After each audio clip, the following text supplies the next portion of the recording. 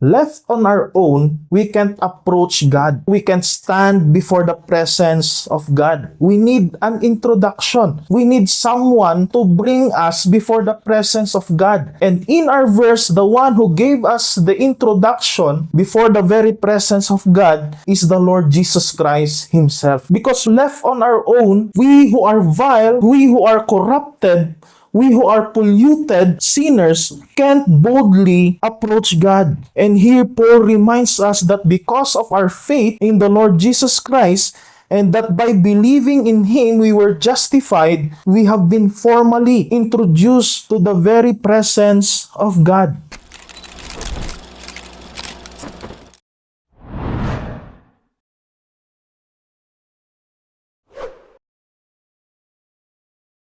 Let's open our Bibles in Romans chapter 5.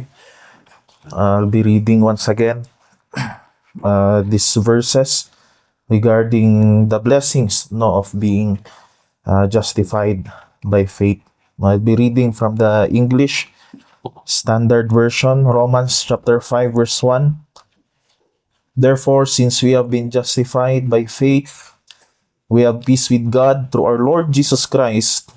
Through Him, we have also obtained access by faith into this grace in which we stand, and we rejoice in hope of the glory of God.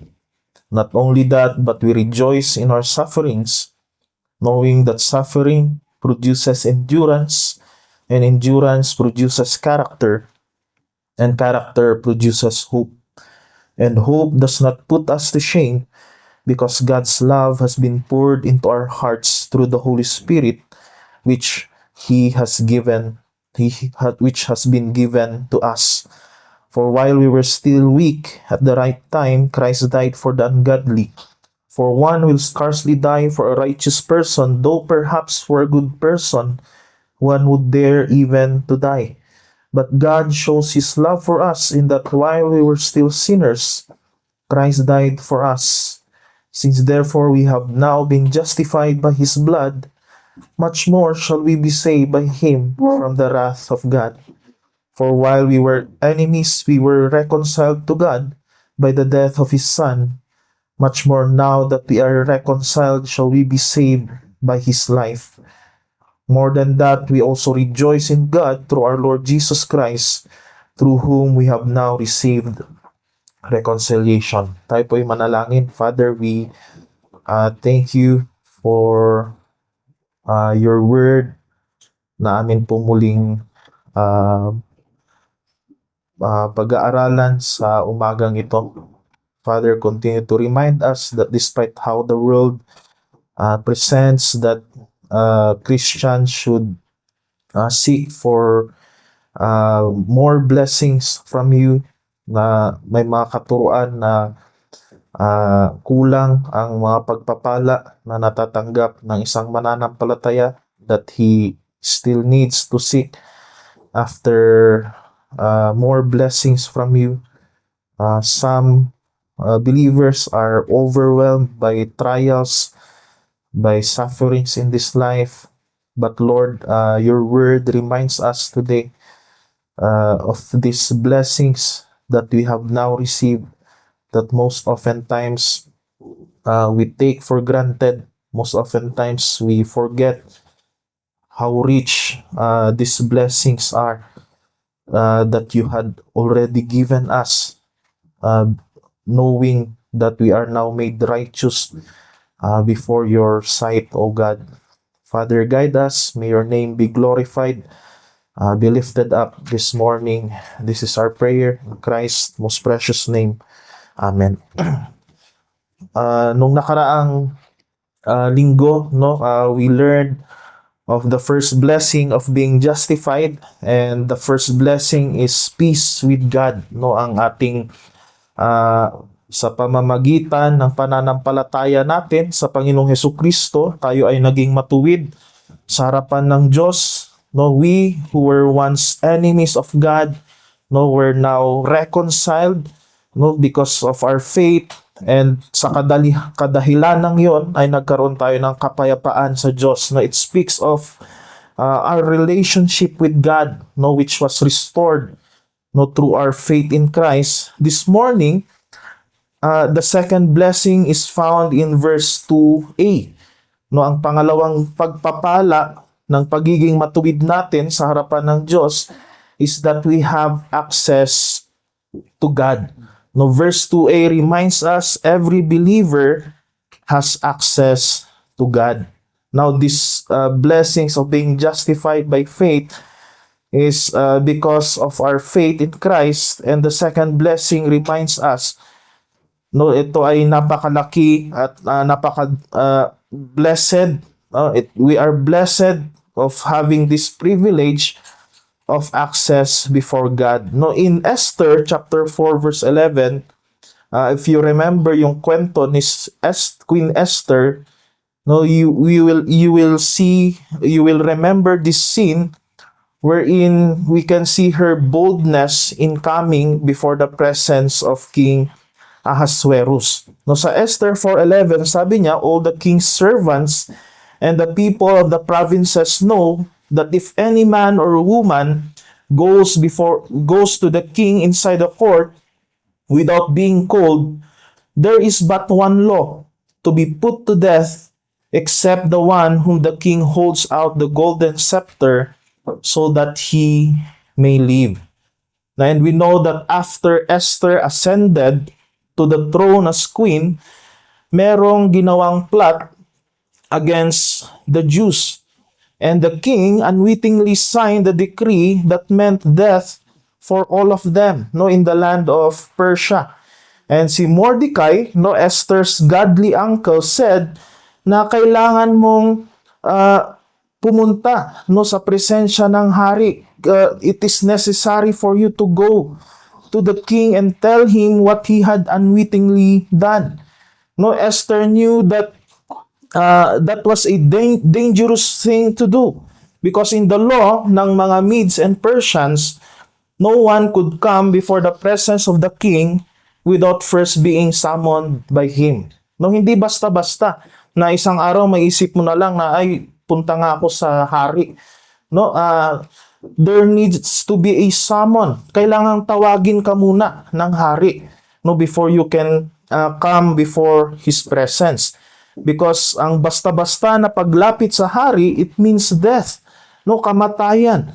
If you dare to come before the king in that manner, no, walang exceptions, even for a queen. No, she needs to be summoned first, no, before coming before the presence of the king. And unless we can see in that story, unless the king would extend his golden scepter to that person who comes to him, he or she would die. Yet Esther, as we can see in that story, no, she had to take her life in her hands and go before the king. Right? Before siya lumapit o pumunta sa presensya ng hari, we can see in Esther, in the book of Esther, that she fasted for 3 days and 3 nights before she went. No, that must have been done by her to prepare her heart to have enough courage. No, ihanda yung kanyang puso. Then we are told that she dressed herself in robes of beauty and glory, and when she was ready, she stepped into the audience hall of the king, appearing all alone before him. And the king was so smitten by her beauty that his heart went out to her. No, in-stretch ng king yung kanyang golden scepter and tinanggap niya si Queen Esther. No, and we can see in that story that she had access to the king. And mga kapatid, just like Esther, we too have been dressed in beauty and glory, but this clothing does not belong to us. No, what we wear as we stand before the presence of God are the garments of Christ. No, the righteousness of Christ. No, we have this access to our King, and itong access na to, it is a continual acceptance before Him. And ito yung makikita natin sa pangalawang blessing of being justified by faith. And that is actually our access, before the very presence of God.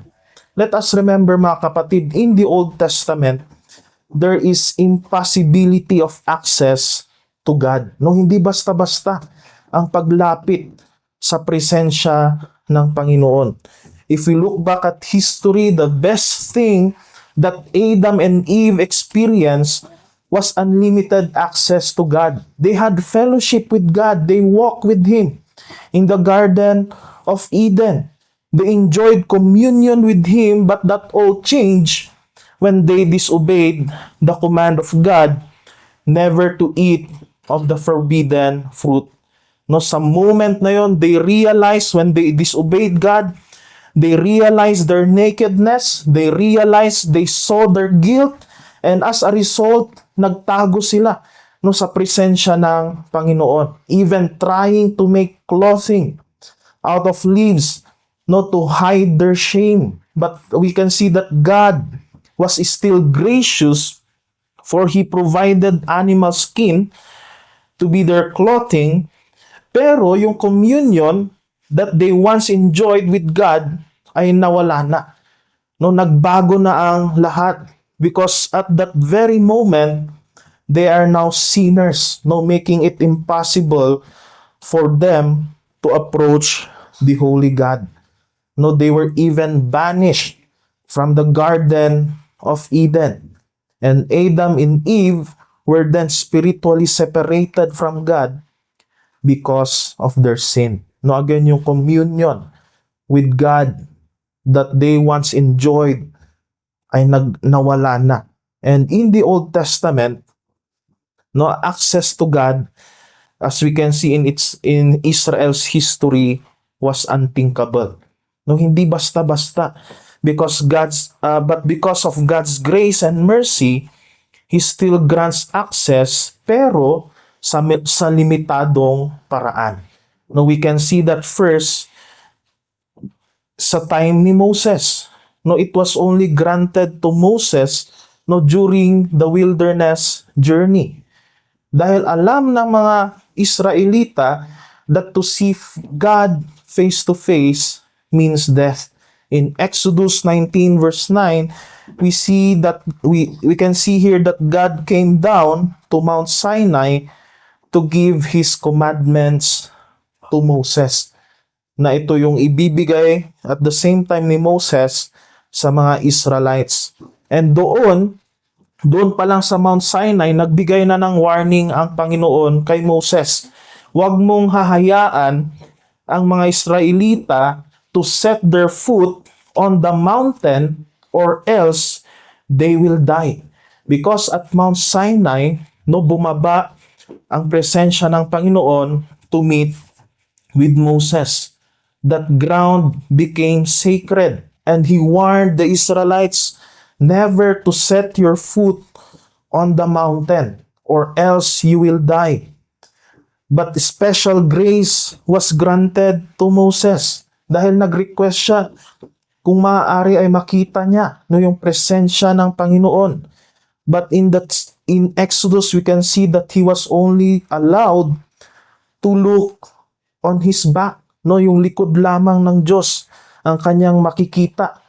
That every time God passes by sa kanya, God would cover his face, no, for him not to be able to look directly at him. Because take note, to see God face to face means death. No, so it was only granted to Moses no during the wilderness journey. Hindi lang yan, nung time na na-establish na ang nation ng Israel sa promised land, we can see that it was only granted to the high priest. No, it was only granted to the high priest during the establishment of the tabernacle and the temple. Sa tabernacle and later on sa temple, strict boundaries were set.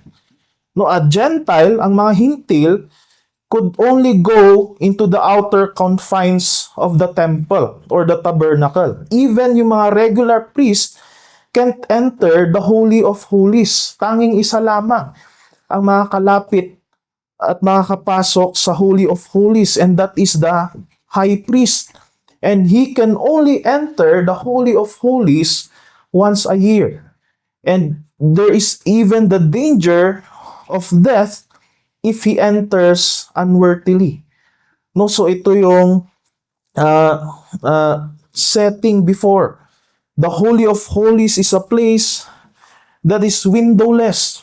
No, it is really covered. It is separated from the rest of the tabernacle or the temple by a veil.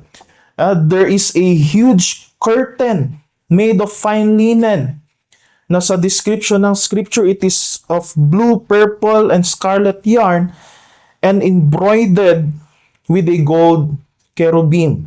And sa Leviticus chapter 16 verse 2, it says, sabi niya, and the Lord said to Moses, tell Aaron your brother not to come at any time into the holy place inside the veil before the mercy seat that is on the ark, so that he may not die. For I will appear in the cloud over the mercy seat. So it gives us the idea there is a barrier between man and God. No, yung holiness ng Panginoon can't be accessed by anyone dahil sa rason that men are sinners. No, Habakkuk chapter 1 verse 13 clearly says to us, God's eyes are too pure to look on evil. And before the high priest could enter God's presence, he needs first to wash himself. No, put on a special clothing, bring burning incense, na yung purpose nun is to let the smoke cover his eyes from a direct view of God's presence. And he must bring sacrificial blood with him to make atonement for sins. And if you had seen yung picture ng isang high priest, there are bells soon on his special garment na sinusuot niya tuwing Day of Atonement. And kung tumigil yung sound ng bell na yon sa kanyang garment, it meant that the high priest died. And there is a rope attached to him para hihilahin na lamang siya. No, dahil nga hindi pwedeng makapasok ang sinuman no sa Holy of Holies. No, when the bell stops ringing, people outside would know that God's na namatay ang high priest no sa presensya ng Panginoon. No, so that's the setting in the tabernacle and the temple. Sa mga outside, sa mga common people, we can see that it was only granted to those who are ceremonially clean. No, ang napakaraming elaborate rituals na kailangan gawin in order for a person to come to the presence of God and worship Him. No, so in the rest of the tabernacle, men are then reminded na hindi basta-basta no yung paglapit sa presensya ng Panginoon. We can see that in Numbers chapter 19 verse 1 to 22. No, we see that the Israelites were allowed a limited access to God's presence, but in doing so, even in that limited access, they must first sacrifice, for example, a young calf, no, a young heifer in the altar, and after the priest together with the men who sacrificed must wash their clothes. And we can see here blood is always needed together with water cleansing for a man to be purified before coming to God's presence. No, so even yung before sila lumapit sa presensya ng Panginoon, a man should not even touch a dead animal, no, or if he or she has a refuse, or he or she is not allowed to enter the tabernacle. No, napaka-strict ng command ng Panginoon that purification is a must, no, before they can have access before God's presence. No, so hindi basta-basta, limitado ang access sa Panginoon. And now Apostle Paul reminds every believer in the New Testament na nagbago na ang lahat. Because we now have freedom of access through the Lord Jesus Christ. So if there is limited access in the Old Testament, now in the New Testament, now in the New Covenant, there is freedom of access through the Lord Jesus Christ. No, sa New Testament, we see something different.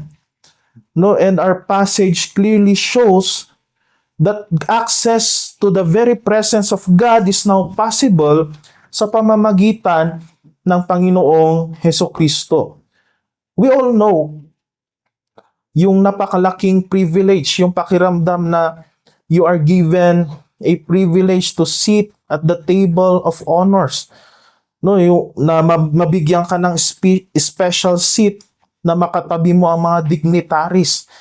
No, but Paul in our passage is reminding us that now through the Lord Jesus Christ, no, we are not just given a table at some festivity, but we are given a greater privilege because we are invited before the presence of the King of Kings.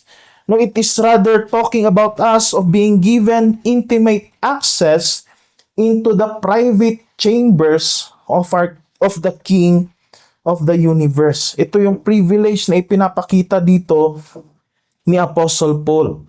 Hindi lang siya basta-basta special seat, but this is the privilege of intimate access into the private chambers of the King of the universe. Now, this was all accomplished through the redemptive work of the Lord Jesus Christ. Again, Hebrews chapter 10, verse 19 to 22 reminds us, "Therefore, brothers, since we have confidence to enter the holy places," this confidence to enter the holy places is through the blood of Jesus. Verse 20 says, "By the new and living way that He opened for us through the curtain, that is through His flesh. And since we have a great priest over the house of God, let us draw near with a true heart in full assurance of faith, with our hearts sprinkled clean from an evil conscience and our bodies washed with pure water." No, this privilege of coming before the very presence of God is through the redemptive work of the Lord Jesus Christ.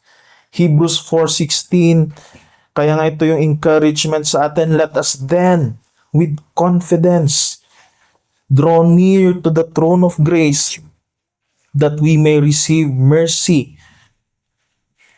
and find grace to help in time of need." Mga kapatid, ito ay imbitasyon ng King of Kings for us, an access to the Holy of Holies, all made possible through Him alone. No, sa ating verse, dito sa verse 2a, we can see two facts concerning our means of access through Christ. And dalawang verb ang titignan natin sa passage na ito. Ang una ay yung word na access, and yung two verbs here, two Greek words in relation to grace is the word prosagoge, which means access, and yung word na stand, which in Greek is hestimi. No, so we will first consider yung word na access, yung verb na access, or in Greek is prosagoge.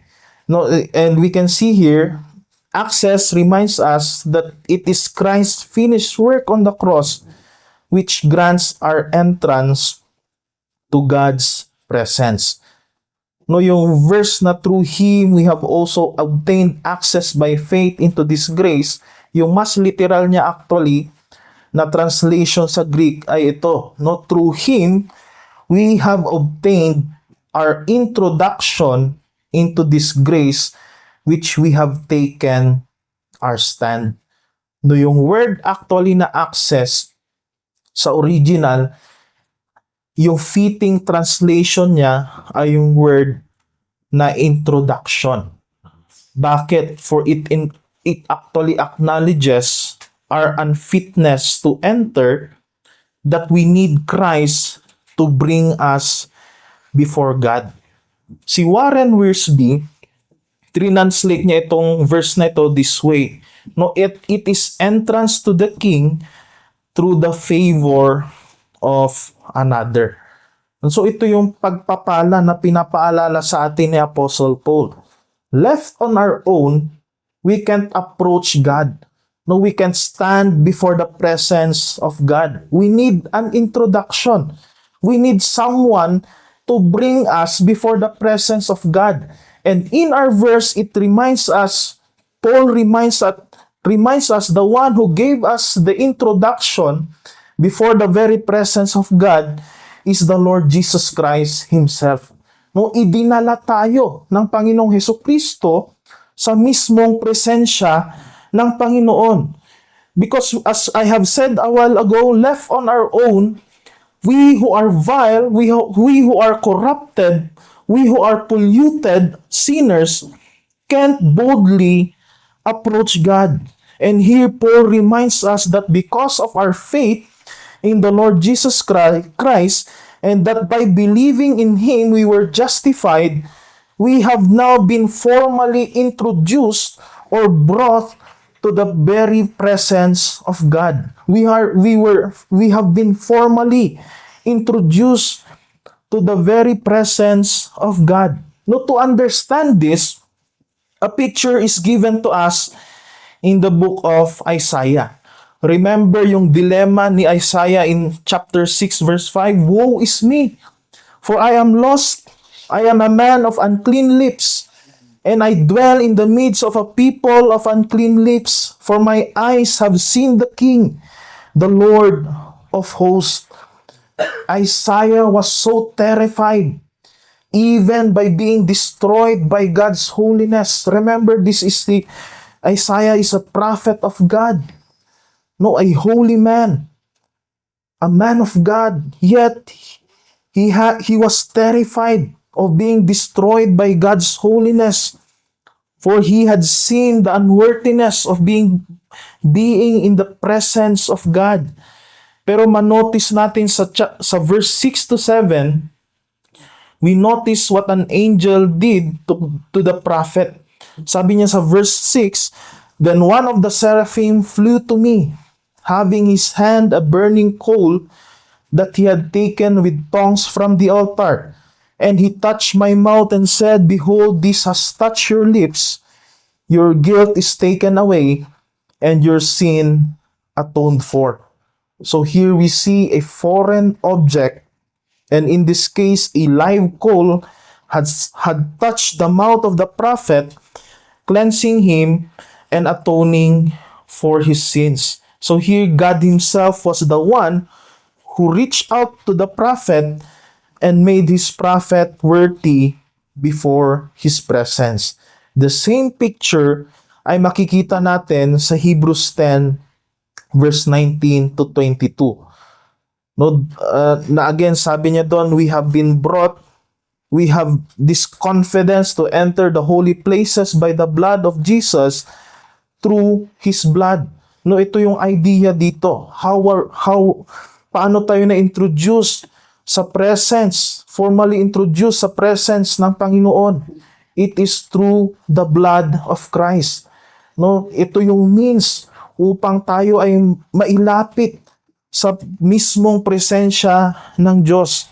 That's why in the Old Testament, a burning coal was used to make Isaiah worthy to be in God's presence, but in the New Testament, that way became possible through the blood of Christ.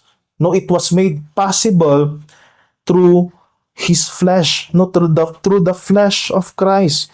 And we are accompanied to God's presence by our great high priest, the Lord Jesus Christ. No, isn't that a wonder for us, a grace, a blessing na patuloy na ipinapaalala sa atin ng Scripture, that every time na tayo ay lalapit sa presensya ng Panginoon, Christ is there for us, introducing us. No, ipatuloy niya tayong ipinapakilala sa harapan ng Diyos na ito ay napatawad na sa kanyang kasalanan dahil sa pananampalataya niya sa akin. Nilinis ko na siya sa pamamagitan ng aking dugo. No, this is the essence why in verse 20 of Hebrews, sinasabi that we have been introduced to a new and living way. No, that again, He opened for us through the curtain that is through His flesh. Brethren, the obstacle was now broken. The chasm that separated us from God was forever removed because of what Christ has done on the cross of Calvary. Yung veil that separated man from God was now torn from top to bottom. Remember what happened during the crucifixion when Christ said, "It is finished." The moment He gave up His spirit, no, the veil of the temple was torn from top to bottom, reminding us, signifying for us an end of separation for those who come to faith in Christ, no, making it possible for us to approach the very throne of God. Mga kapatid, this is God's grace, that even as we look upon ourselves, dito makikita natin we have nothing to be proud of, nothing to boast of. Hindi tayo karapat-dapat. We have no right even to present ourselves before God. And that's what we can see even in Psalm 24 verse 2. Ito rin yung question ni King David. Who shall ascend the hill of the Lord? Who shall stand in His holy place? And on the preceding verse, he gives us the requirement. He who has clean hands and a pure heart, who does not lift up his soul to what is false, and does not swear deceitfully. Who among man is worthy? Who can stand? So ito yung question ni David. Sino ba ang mga kalapit sa presensya ng Panginoon? To that hill of the Lord. But verse 7 triumphantly exclaims, "Lift up your heads, O gates, be lifted up, O ancient doors, that the King of glory may come in." Who is this King of glory? The Lord strong and mighty, the Lord mighty in battle. Lift up your heads, O gates, lift them up, O ancient doors, that the King of glory may come in. Who is this King of glory? The Lord of hosts. He is the King of glory. The dilemma of David, he questioned who can ascend the hill of the Lord?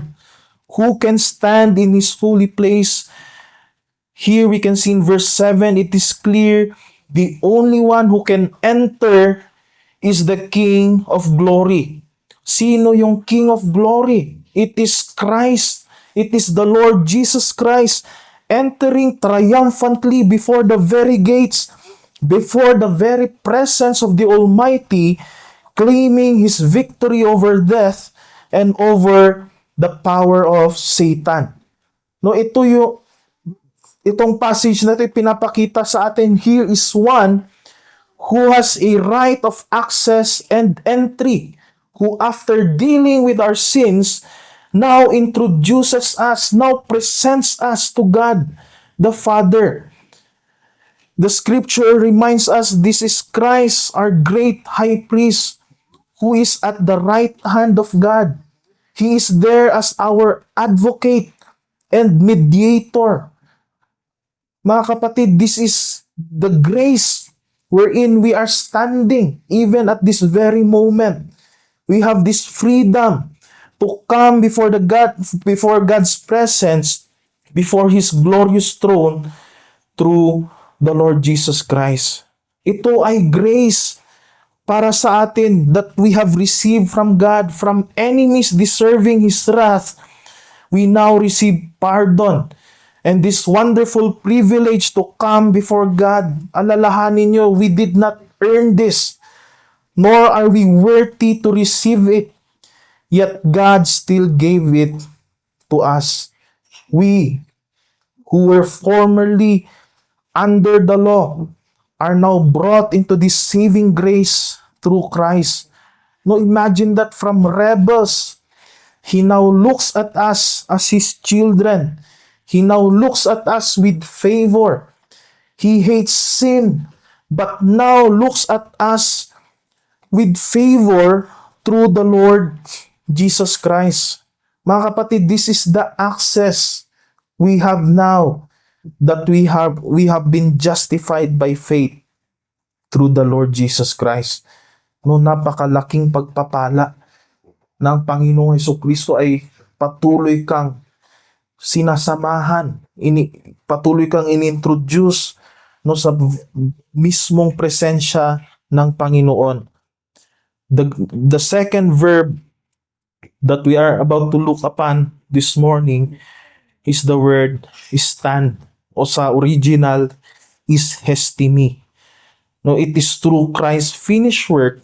It reminds us, this word stand reminds us that this access was made permanent for us. So, hindi lang tayo ini-introduce ng Panginoong Hesukristo sa presence ng Panginoon, this access is actually permanent. No, hindi kailanman mababago ang pribilehiyo na ito.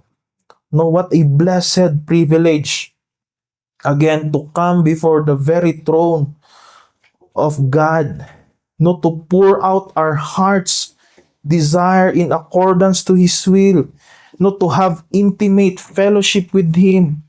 What a blessing to know that this privilege is unlimited. No, it is permanent. No, yung word na stand means in the original to make firm, fix, establish, or to be kept intact. No, sa Tagalog, ito ay matatag. Ito ay matibay. The perfect tense of the Greek word hestimi or stand means that it is a completed action in the past with a present and continuing result. No, so yan yung idea na binibigay ng word na ito. It carries the idea of standing firm and being immovable. No, it is permanent. It is a secured position believers enjoy, in contrast to our former state of condemnation. And mga kapatid, Christ not only brought us into this state of grace, Paul reminds us that there is nothing that can remove us from it. Because again, the perfect tense reminds us that we stand in this grace permanently. Si Matthew Henry, sabi niya, Paul is not saying that we are standing here now and maybe later we will go stand somewhere else. It means that we stand firm, that we are fixed on this spot in the way that a boat is securely moored to the dock. No storm of circumstances can remove us from where we stand. The fact that we are tightly, permanently moored to the dock of God's grace provides us with a strong sense of security. Nothing can tear us away from God's grace. We cannot be severed from God's loving acceptance of us in Christ. And sabi pa ni Henry, even our sin cannot separate us from our position of standing firm in God's grace, for we are justified once and for all time. No, so this is the blessing that we have, permanent, hindi magbabago, no, hindi mawawala ang pribilehiyo na ito, na tayo ay makalapit at makatayo sa mismong presensya ng Diyos. No, this access was once and for all. Again, it was granted to us permanently. No, we now enjoy a blessing far greater, no, than a periodic approach to God. Hindi lang siya occasional na paglapit sa Diyos. No, we are privileged to continually come to God's presence, and it is a blessing which shall not be removed from us. Mga kapatid, our relationship now with God ay hindi lang sporadic, it is continuous. It is secured. Therefore, we do not fall in and out of grace. No, like courtiers who may find themselves in and out of favor with their sovereign. Hindi magbabago ito regardless sa ating kasalanan. Yan yung pinapaalala sa atin even ni Matthew Henry kanina. And even yung passage natin, ito yung ibig sabihin ng permanence ng access sa Panginoon. No, na ito ay nakabase sa katotohanan ng salita niya. No, take note, it is not based on our feelings. No, that even when we sin, even in our feeling of unworthiness, na hindi na nahihiya tayong lumapit sa Diyos, no, dahil sa ating kasalanan. But Paul reminds us here, this blessing is permanent.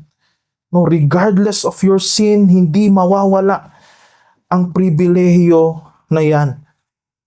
And that is because of what Christ has done for us. No, with Christ, and here we are reminded that with Christ, we not only have peace with God, we also now stand in His grace. No one would be able to separate us truly, no, from the love of God. No, so as I end, again, a reminder for those who are not yet sure of their salvation. Perhaps someone here can honestly say na hindi siya sigurado, no, sa pribilehiyo na ito. No, and the Word of God clearly reminds us you cannot approach God again on the basis of your own righteousness. No, your religious activities cannot remove your guilt. Your morality cannot reconcile you to God. Even your attendance at church would not give you peace with God. You need Christ. And Romans 5:2 says, through Him, we have obtained access by faith. So the way to God is not through yourself. It is through the Lord Jesus Christ. Therefore, repent and believe in Him. Turn from your sin and abandon your hope in your own righteousness. Trust completely in Jesus Christ, who lived, died, and rose again for sinners. Now again, the gospel is not merely an invitation na maging better tayong tao. It is an invitation to be reconciled to God through Christ. Also, again, repent of your sins and believe on the Lord Jesus Christ. Para sa isang mananampalataya, the first reminder is let us continually treasure the privilege of having access to the presence of our holy God. Mga kapatid, do not treat access to God as something ordinary. No, we were not, remember, we were not naturally God's children. No, we were sinners and enemies of God, having no righteousness of our own by which to approach Him. Pero nagpapasalamat tayo sa Panginoong Hesukristo that this access, as the Word of God reminds us, is not based on our worthiness, but upon Christ's righteousness. Therefore, kahit sa pananalangin natin, let us continue to remember whom we are approaching. No, God is holy. Yes, you have this privilege, but do not treat it as something ordinary. Na maski sa paglapit mo sa Diyos ay parang kaibigan mo lamang siya. No, parang tropa mo lamang. No, o parang genie na hihingian mo lamang ng mga request mo sa buhay. When we pray, let us continue to remember whom we are approaching. When we worship, remember whose presence you have entered. When the word of God is being preached, remember that you are sitting under the authority of God's word. No, this is the privilege that we have to be in the very presence of God, but let us not take it lightly. Come boldly, but never casually. Come confidently, pero hindi tayo dapat arugante. Come joyfully, but never irreverent. Take note, mga kapatid, even the seemingly small things like preparing our hearts for worship, giving attention to God's word, removing distractions, and participating reverently reveals whether we truly treasure the privilege of God's presence. No, alalahanin natin ang mga bagay na ito. Pangalawa, let us be thankful that Christ, our high priest, intercedes for us. No, again, the idea of being introduced, the work of our mediator, the work of our high priest, the Lord Jesus Christ, interceding for us, that despite our imperfections, the Word of God reminds us that Christ's righteousness covers us, and this gives us the confidence to bring our request before God. Now remember, as you bring your request, as you pour your heart to God, remember that Christ also experienced humanity's struggles, yet remained victorious. Therefore, He also understands yung mga burden natin sa ating mga puso. And being our Savior, we can trust Him to sustain us until the end. Therefore, let us treasure this privilege and continually draw near to Him with faith and assurance in our heart. Let us not come before God with a feeling of unworthiness to the point that we tend na tignan lamang yung ating past, no, na yung mga nagagawa nating kasalanan. We must not be doubtful. We must not be hesitant or uncertain, because remember, in having peace with God, nagwakas ang hostility sa Diyos, and with our access to God, it speaks of our continuing relationship with Him. Kaya't huwag kang mag-alinlangan na patuloy na lumapit sa Diyos. And as you approach Him, let us continually look to Christ, make our boast in Him, and we must go to Him with confidence, knowing that we must go to God with confidence, knowing that He is our Heavenly Father who now delights to see us and receive us. No, patuloy na natutuwa ang Diyos sa atin sa tuwing tayo ay lalapit sa Kanya. No, yan ang pagpapala na meron tayo, no, dahil naging matuwid na tayo sa harapan Niya. Third is to stand confidently in grace, trusting God to preserve you until the end. Notice kung ano yung sinabi ni Paul, no, na Paul does not merely say that we entered grace. He is saying to us, into this grace in which we stand. We are entering into this grace in which we stand.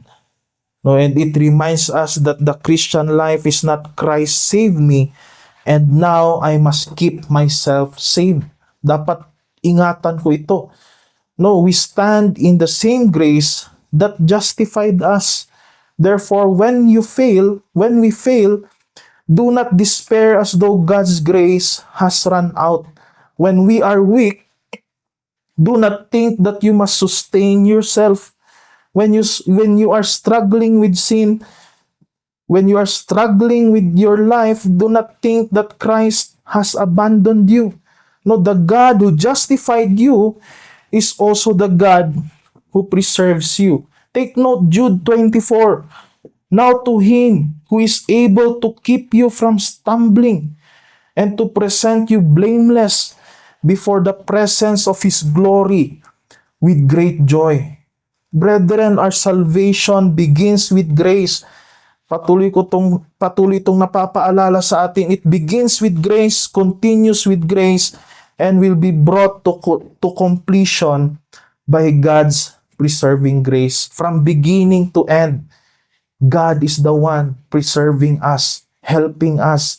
Therefore, stand in grace, keep trusting in Christ, keep coming to Him, keep drawing near to Him, and rejoice in the hope of God's glory, knowing that Christ, who brought you into God's presence, will ultimately bring you into His glorious presence forever.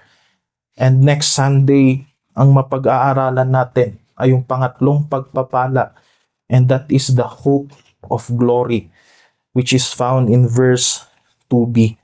No, going back to what I presented kay Moses a while ago. Again, as he was bringing the children of Israel to Canaan, it's very clear for him, Canaan wasn't the most important blessing. It was God Himself. The promised land was good, but what Moses really wanted was communion with God. All he wanted was fellowship with God, to see Him face to face.